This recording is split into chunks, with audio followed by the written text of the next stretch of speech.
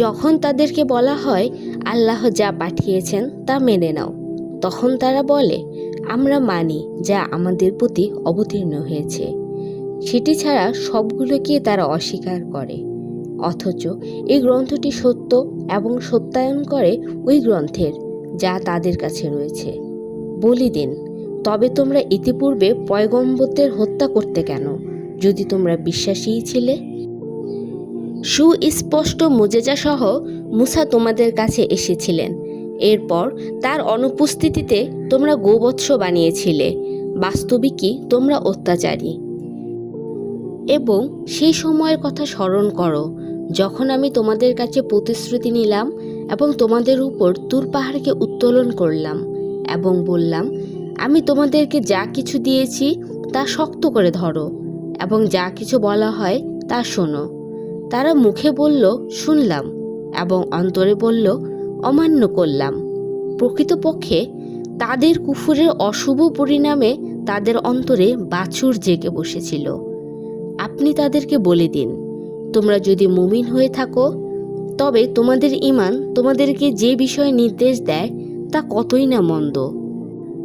বলে দিন, যদি আখিরাতের বাসস্থান আল্লাহর কাছে একমাত্র তোমাদের জন্যই বরাদ্দ হয়ে থাকে অন্য লোকদের বাদ দিয়ে, তবে মৃত্যু কামনা করো যদি সত্যবাদী হয়ে থাকো। কিন্তু আমি বলে দিচ্ছি, তারা তাদের যে কৃতকর্ম সামনে পাঠিয়েছে সে কারণে কখনো এরূপ আকাঙ্ক্ষা করবে না। আল্লাহ জালিমদের সম্পর্কে সবিশেষ অবহিত। বরং নিশ্চয়ই তুমি বেঁচে থাকার প্রতি তাদেরকে অন্যান্য মানুষের অপেক্ষায় বেশি লোভাকাতুর পাবে, এমনকি মুশরিকদের চেয়েও বেশি।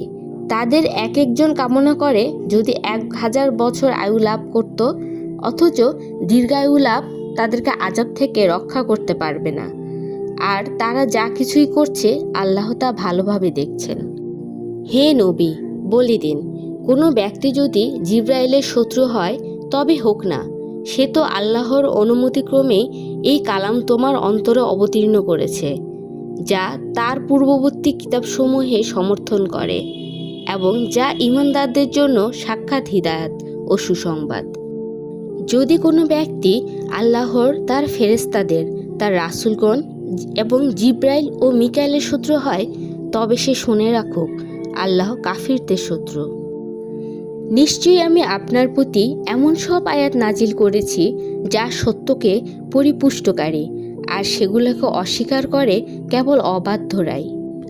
কি আশ্চর্য, যখন তারা কোনো অঙ্গীকারে আবদ্ধ হয় তখন তাদের একদল তা ছুঁড়ে ফেলে, বরং অধিকাংশই বিশ্বাস করে না।